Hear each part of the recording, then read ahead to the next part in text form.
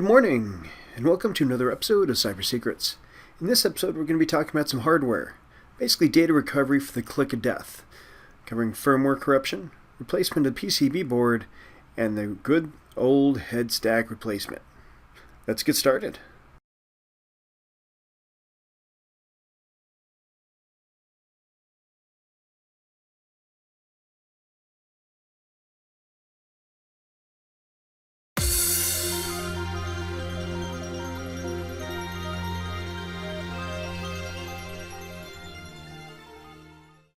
The firmware is set up in two sections. There's a section on the PCB board, which is the base code that tells the system how to boot, and then the rest of the code, or the larger portion of the firmware, is going to be in the SA or system area on the platter. This tells the system how to read the data on the drive. On the PCB board, if you get a click of death, this could be caused because it doesn't know how to get to the SA. If it's on the platter, it's because it can't read the SA. So what does this mean for you? Well, the click of death can be a symptom of multiple things, such as corrupt firmware on the PCB or the SA, scratched platters, damaged heads, or a preamp failure. How do you fix it? Well, for number one, PCB swap. Or if that doesn't, could be potentially firmware upgrade. There's also a head stack replacement. That would be a hardware fix for damaged heads and a failing preamp.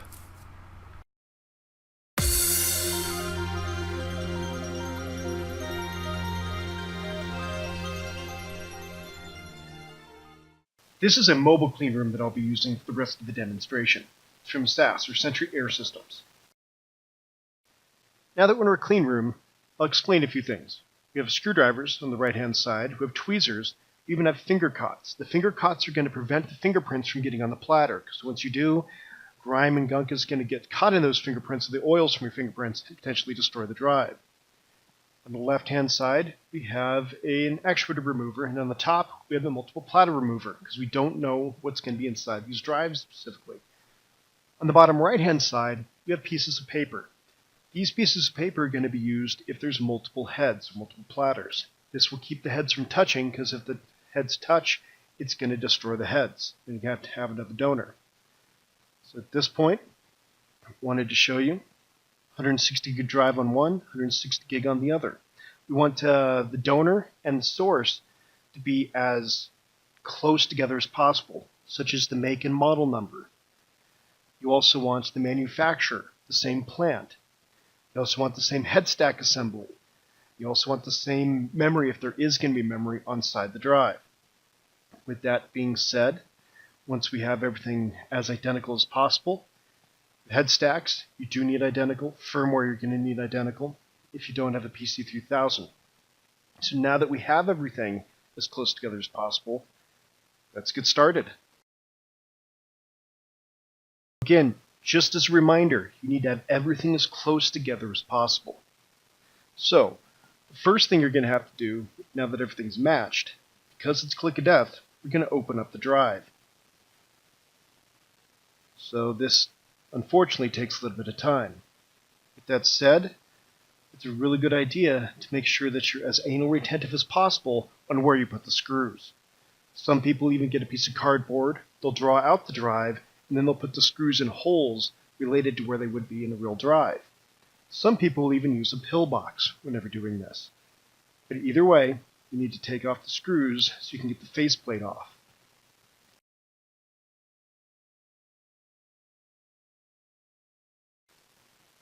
Now that we have the screws off, we want to make sure that there's no more screws underneath. This one just happens to have one underneath the circle, right around the circle. So we're going to tear that piece of sticker off. Once we get to it, we'll take that screw out, and that should allow us to take off the cover. And just remember, because they're the same on both sides, that you're going to have to do the exact same thing on the other drive before you can open up the faceplate. So once we take out this screw, we should be able to remove the faceplate without a problem.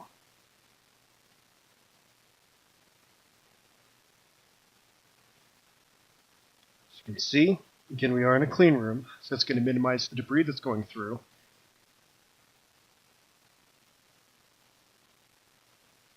Putting the faceplate up above to get it out of our way. And now, I'm going to go through a few things. As you can see, the head there's a drive ramp. Right here, this is going to be the IC, or the internal circuit board. I usually unscrew those two specific screws and then remove the IC out of the way so it gives you more real estate to work with.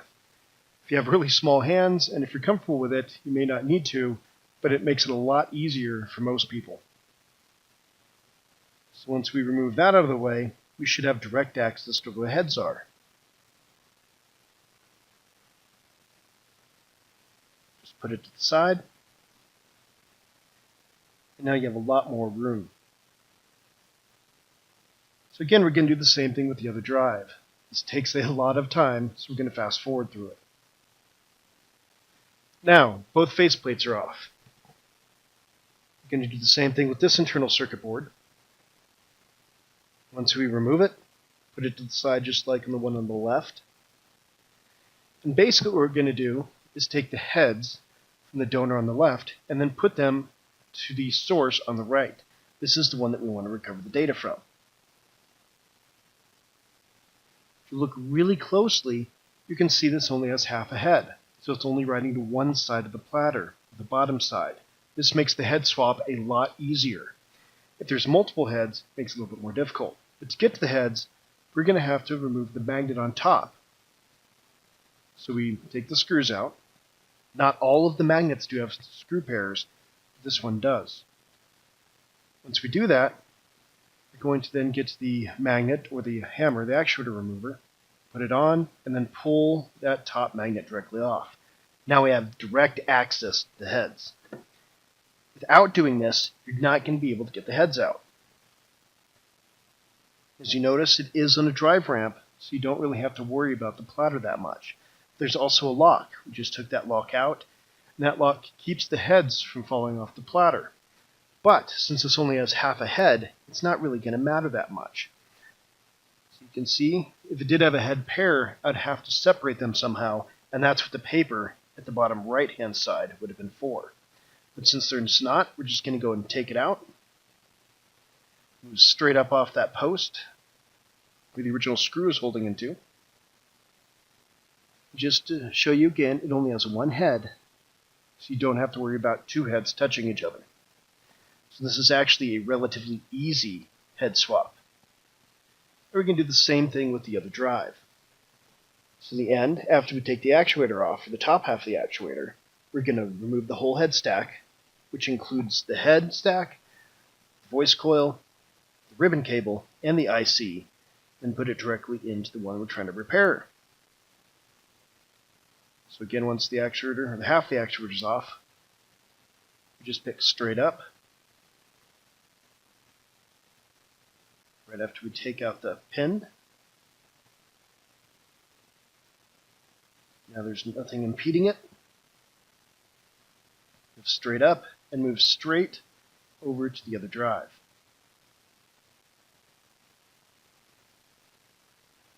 And the biggest trick here is to make sure that the head or the very tip of the head does not get locked up on the drive ramp. So we're barely pushing it down a little bit, making sure it gets in the proper guide. Once it does get put in place, we put the locking mechanism back in, because that's going to prevent the heads from falling off the drive ramp, and then gently slide it on the platter, make sure that there's no impedance.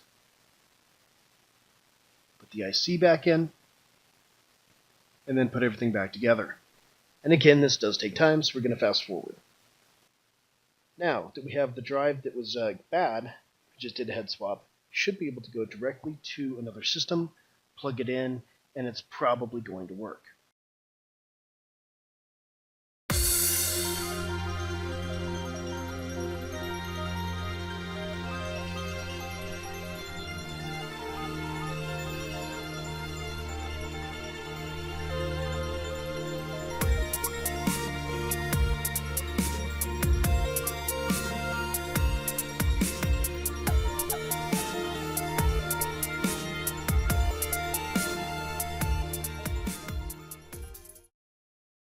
If you'd like to learn more about advanced information security, InfoSec Institute is a great resource at infosecinstitute.com.